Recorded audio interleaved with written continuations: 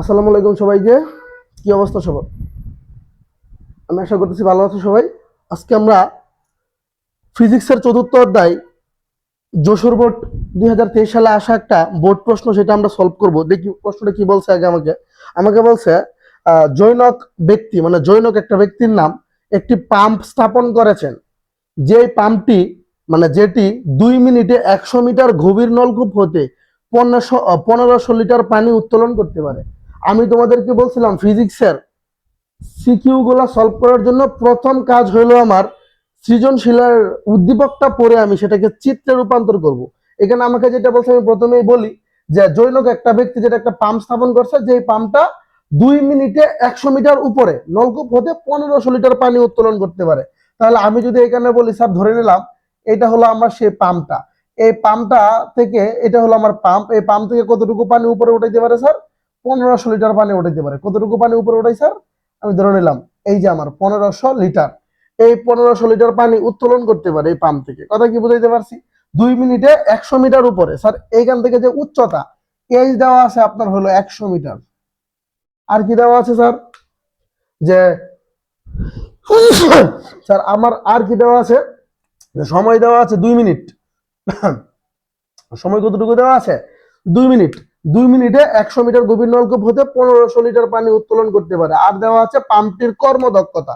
আর যেটা দেওয়া আছে কর্মদক্ষতা, ইটার মান, কর্মদক্ষতা দেওয়া আছে আপনার 70%। কথা কি বুঝাইতে পারছি? এই হলো আপনার উদ্দীপকটা। আপনাদেরকে আমি বলছি, যখন ফিজিক্সের কোনো সিকিউ আপনি সলভ করতে যাবেন, প্রথম যে কাজটা করবেন, খুব সুন্দর করে উদ্দীপকটা পড়বেন। উদ্দীপকটা পড়ার পরে সেটাকে চিত্রে রূপান্তর করবেন। স্যার এটা হলো আমার একটা পাম্প, আমি ধরে নিছি যে এটা হলো আমার একটা পাম্প। এই পাম্পটা থেকে 100 মিটার উপরে একটা ট্যাঙ্ক আছে, যেখানে 1500 লিটার পানি 2 মিনিট সময় উঠাইতে পারে। উচ্চতা হলো 100 মিটার। আর আপনার দেওয়া আছে কর্মদক্ষতা হলো 70%। এখানে ঘ নাম্বারে আপনাকে বলা হয়েছে পাম্পটির লব্ধ কার্যকর শক্তি নির্ণয় করো। কথা কি বুঝতে পারছেন? লব্ধ কার্যকর শক্তি, লব্ধ কার্যকর শক্তি হলো ডব্লিউ প্রাইম। আমি আপনাদেরকে বেসিক ক্লাসগুলো করানোর সময় খুব ভালো করে করাইছি এগুলা। কথা কি বুঝছেন? তাই আমি যদি গ নাম্বার প্রশ্নটা যদি সলভ করি তো খুবই ইজি, এটা খুব বেশি প্যারা দিবে বলে আমাকে মনে হয় না। যে লব্ধ কার্যকর শক্তি নির্ণয় করো, লব্ধ কার্যকর শক্তি নির্ণয় করার সূত্র আপনি কি পড়াইছি আমি, লিখেন লব্ধ কার্যকর শক্তি। স্যার লব্ধ কার্যকর শক্তির কি দ্বারা প্রকাশ করে? W prime. সূত্র হলো এমজিএইচ। এখন এখানে দেওয়া আছে যেগুলো, এগুলো আমি লিখে ফেলি স্যার। এখানে কি কি দেওয়া আছে আমার স্যার দেখেন তো স্যার। এম এর মান কি দেওয়া আছে? অবশ্যই দেওয়া আছে স্যার 1500 লিটার। আমি আপনাকে বলছিলাম লিটার যে কথা, কেজি একই কথা। আমি লিখলাম এম এর মান 1500। এরপরে আমার আর কি দেওয়া আছে? জি এর মান সবসময় আমি জানি স্যার 9.8 এম এস ইনভার্স 2। জি এর মান অলওয়েজ 9.8। আর কি দেওয়া আছে? আপনার উচ্চতা দেওয়া আছে, এইচ ইকুয়াল টু দেওয়া আছে হলো আপনার 100 মিটার। সেই জায়গা থেকে আপনাকে বলছে লব্ধ কার্যকর শক্তি অর্থাৎ ডব্লিউ প্রাইমের মান বের করার কথা। আপনি এম এর জায়গায় বসায় দেন 1500 লিটার, এই যে বসান 1500, জি এর মান 9.8 ইন্টু এইচ এর মান হলো 100। সবগুলা গুণ দিয়ে দেখেন যেটা আসবে সেটাই হলো আপনার লব্ধ কার্যকর শক্তি। স্যার দেখি আমি একটু ক্যালকুলেশনটা যদি করি, তো এই জায়গায় আমার ক্যালকুলেশনে 1500, ক্যালকুলেশনে আমার যেটা হবে 1500 ইন্টু 9.8 ইন্টু 100।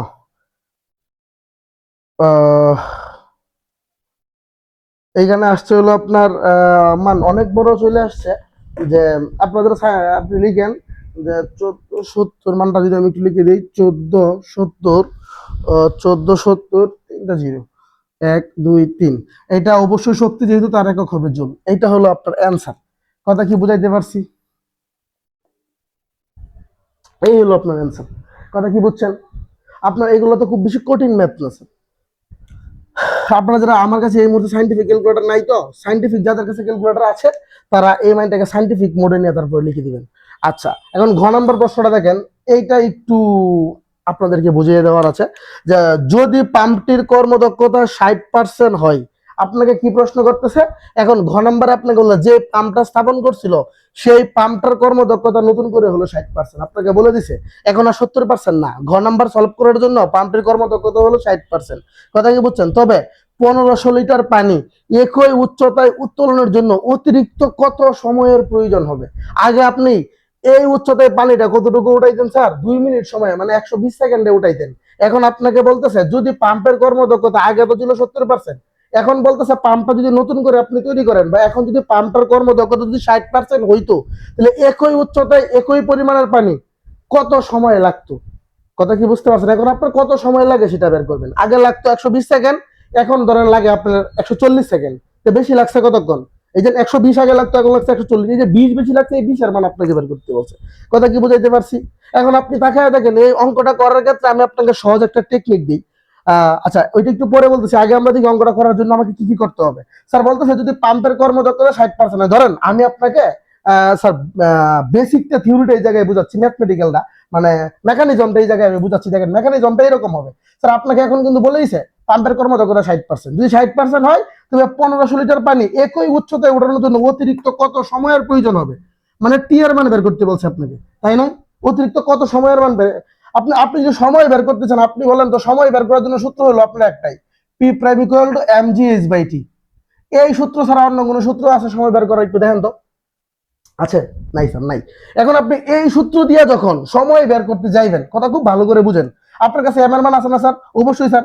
আপনাকে সুন্দর করে বলেছে 1500 লিটার পানি, এম এর মান 1500 লিটার, জি এর মান 9.8, এটা আপনার কাছে আছে। এবং এইচ এর মান কত আপনাকে সুন্দর করে বলেছে, দেখেন একই উচ্চতায়, মানে উচ্চতা আগে যা ছিল 100 মিটারই। স্যার এখানে আপনার ওর মান আছে, ওর মান আছে, ওর মান আছে। আপনি টি এর মান বের করবেন। আপনার কাছে কি পি প্রাইমের মান আছে? না স্যার, পি প্রাইমের মান নাই। পি প্রাইমের মান নাই, কিন্তু আপনার কাছে কিন্তু কর্মদক্ষতা দিচ্ছে 60%। তখন আপনি বললেন স্যার আমি পি প্রাইমের মান নিয়ে আসতে পারলে অঙ্কটা করে ফেলবো, যান। এখন আপনি পি প্রাইমের মান নিয়ে এসে পড়েন। তখন পি প্রাইমের জন্য লিখবেন eta equal to P prime by P into 100%। কথা খুব ভালো করে চিন্তা করেন। এই যে P prime equal to eta equal to P prime by P into 100%। Sir এখন স্যার কর্মদক্ষতা আপনাকে দেওয়া আছে 60%, আপনি এটার জায়গায় 60% বসাবেন। কথা কি বুঝছেন? তখন আপনার কাছে পি প্রাইমের মান আপনি বের করবেন, কিন্তু পি এর মান কি আপনার কাছে আছে? একটু দেখেন তো। আপনার কি এই কোনো জায়গায় কি পি আছে? আপনার কোনো জায়গায় একটু তাকায় দেখেন তো। নাই স্যার, এখানে পি নাই। তাহলে এই পি আপনি এইটা থেকে কখনোই পি বের করতে পারবেনও না। কথাটা খুব ভালো করে বুঝেন। এই জায়গাটাতে পি এর মান কিন্তু দেওয়া নাই। পি মান হলো মোট প্রদত্ত ক্ষমতা। এই যে পি, পি এর মান কিন্তু দেওয়া নেই স্যার। পি এর মান দেওয়া থাকলে অঙ্কটা আমি খুব ইজিলি করে ফেলতে পারতাম। পি এর মান দেওয়া নাই, তার মানে আমাকে পি এর মানটা বের করতে হবে। কথা কি বুঝাইতে পারছি? এখন পি এর মান দিয়ে বের করবেন, এই জায়গা থেকে পি বের করার মতো কোনো অপশনও থাকবে না আপনার। এই অঙ্কটার যে লজিকটা আমি আপনাকে বলি, এই অঙ্কটা করার সময় আপনি মনে রাখবেন হলো পরিবর্তিত কর্মদক্ষতা। এই অঙ্কটাকে আমি একটা নাম দিচ্ছি, নামটা হলো পরিবর্তিত কর্মদক্ষতা। মানে ডাকের মধ্যে যে কর্মদক্ষতা দেওয়া থাকবে সেই কর্মদক্ষতা দিয়ে আপনাকে অঙ্ক করতে বলবে না, কর্মদক্ষতা চেঞ্জ করে দিবে। তারা হয়তো আপনাকে বলবে কর্মদক্ষতা 10% বৃদ্ধি করলে, বা কর্মদক্ষতা 5% হ্রাস করলে। কথা কি বুঝাইতে পারছি? আপনাকে এই টাইপের কথাগুলো বলবে, কর্মদক্ষতা 5% হ্রাস করলে, বা কর্মদক্ষতা 10% বৃদ্ধি করলে। কথা কি বুঝতে পারছেন? বা আপনাকে এখানে দেওয়া আছে 70%, আপনাকে এখানে বলবে কর্মদক্ষতা যদি 50% হয়। কথা কি বুঝছেন? যদি পরিবর্তিত কর্মদক্ষতা দেওয়া থাকে, এখান থেকে যদি পি এর মান বের করা কোনোভাবে না যায়, তাহলে পি এর মানটা পূর্বে যে কর্মদক্ষতা দেওয়া ছিল এইটা দিয়ে বের করে আনতে হবে। খুব ক্লিয়ারলি এই টপিকটা আপনি মনে রাখেন।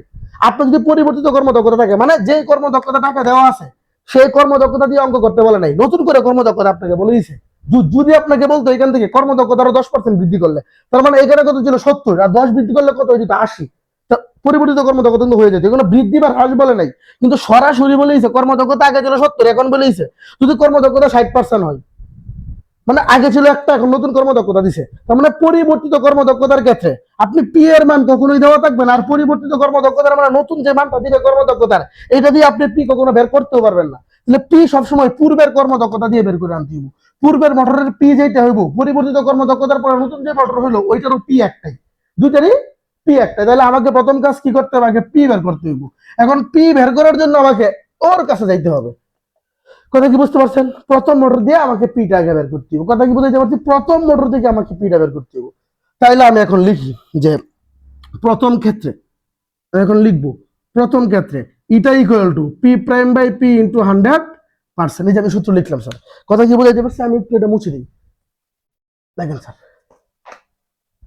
এই যে এখন এখন আপনি আমাকে বলেন স্যার, আমি কিন্তু প্রথম মোটর দিয়ে বের করতেছি স্যার।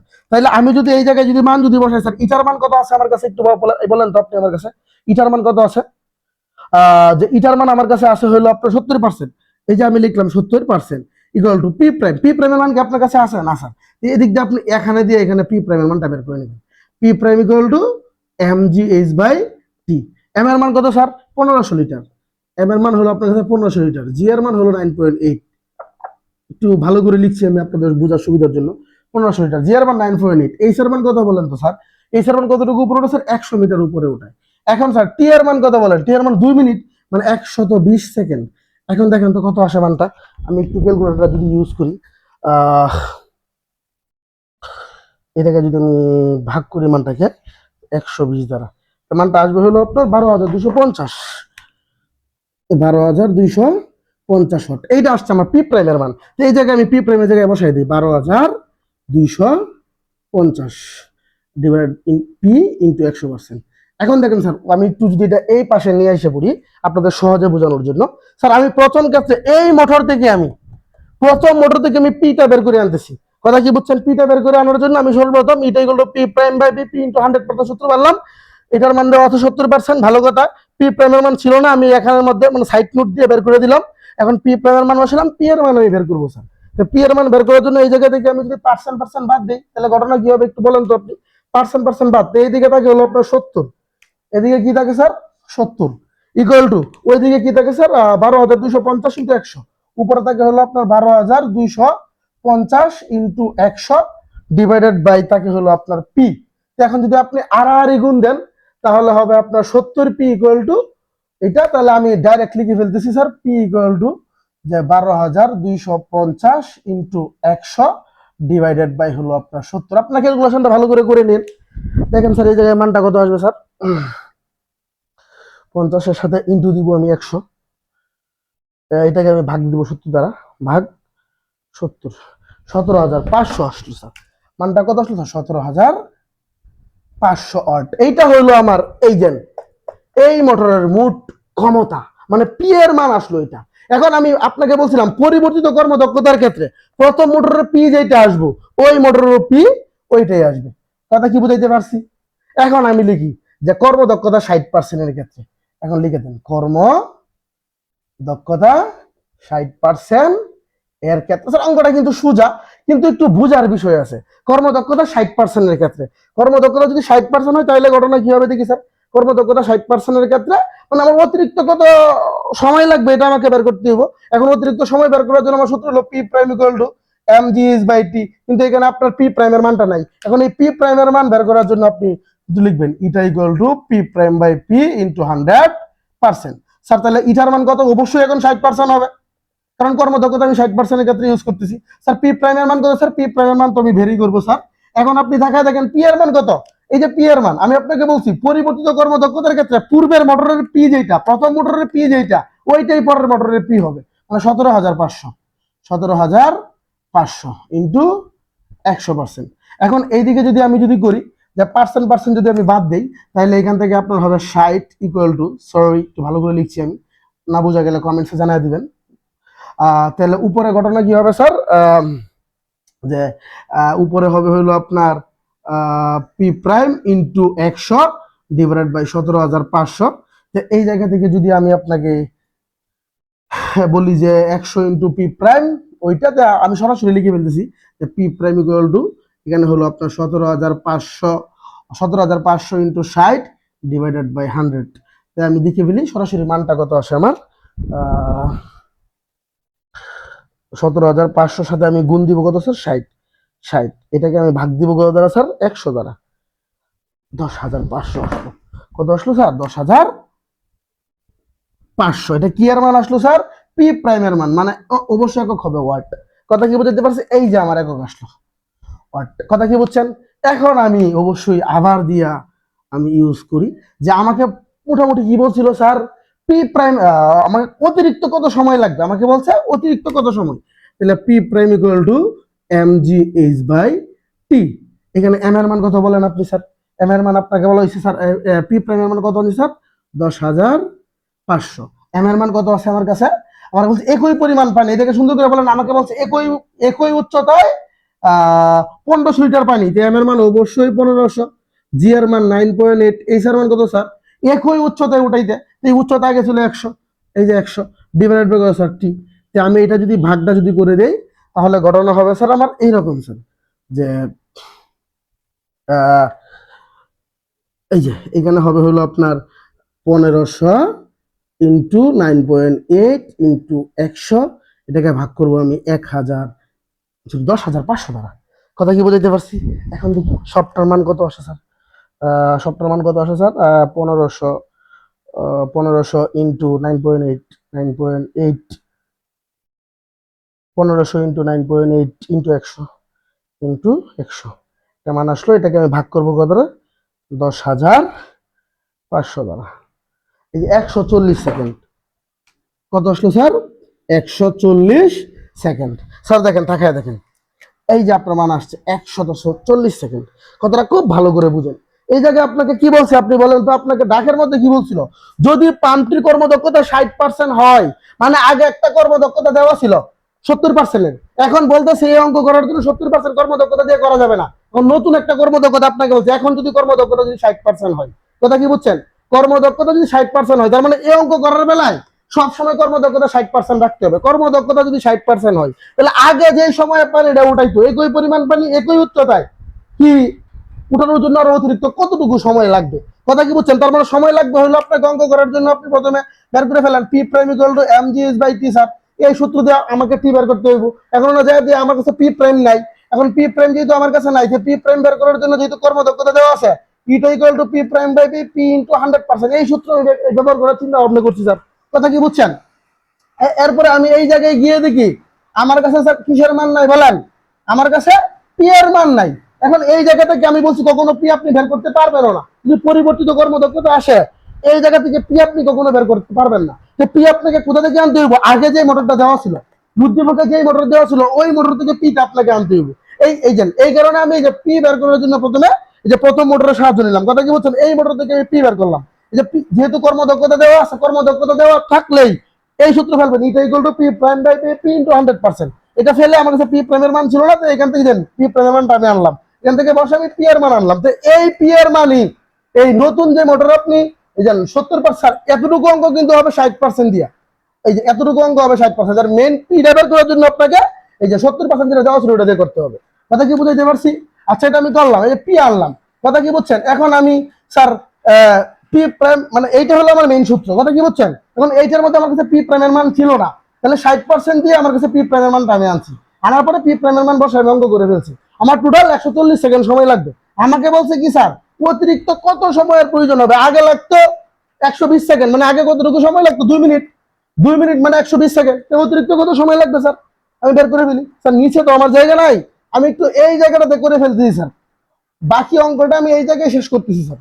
আপনারা একটু নিচে নিচে লিখবেন আপনারা, আমি একটু এই জায়গায় শেষ করতেছি। নিচে আমার জায়গা নাই, তো আপনি লিখবেন সুতরাং অতিরিক্ত সময় লাগবে, অতিরিক্ত সময় লাগবে। এখন লাগে আপনার 140 সেকেন্ড, আগে কত 2 মিনিট লাগতো না, মানে 120 সেকেন্ড। তো টোটাল কত স্যার? এই যে 20 সেকেন্ড সময় আপনার অতিরিক্ত লাগবে। এইটাই হলো আপনার অ্যান্সার। কথা কি বুঝাইতে পারছি? এতটুকু জায়গায় কারো কোনো সমস্যা আছে? ফিজিক্সের ম্যাথ গুলো করার জন্য আগে উদ্দীপকটা বুঝবেন, চিত্রটা আঁকবেন, অঙ্ক করা শুরু করবেন। এখানে কোনো কঠিন ম্যাথমেটিক্যাল নাই। আমি আপনাদেরকে ফিজিক্সের এই অধ্যায়ের উপরে 2টা থিওরিটিক্যাল ক্লাস নিয়েছি, ওই থিওরি ক্লাসগুলো আপনারা করবেন। আমি আশা করতেছি এই অধ্যায়ের যে কোনো ধরনের ম্যাথমেটিক্যাল আপনারা সলভ করতে পারবেন ইনশাল্লাহ। আমি আমার মতো করে আপনাদেরকে সৃজনশীল সলভ করে দিতেছি, ক্লাস নিয়েছি। আপনারা যদি নির্দিষ্ট কোনো টপিকের ক্লাস প্রয়োজন হয় আপনাদের, আমাদেরকে আপনারা কমেন্ট করে জানাবেন, আমরা আপনাদের কমেন্টসে রিপ্লাই দেওয়ার চেষ্টা করবো ইনশাল্লাহ। ঠিক আছে? ওকে, ক্লাসটা বড় হয়ে যাচ্ছে, আর বড় করলাম না। সবাই ভালো থাকেন, সুস্থ থাকেন। ধন্যবাদ সবাইকে, আজকে এই পর্যন্তই।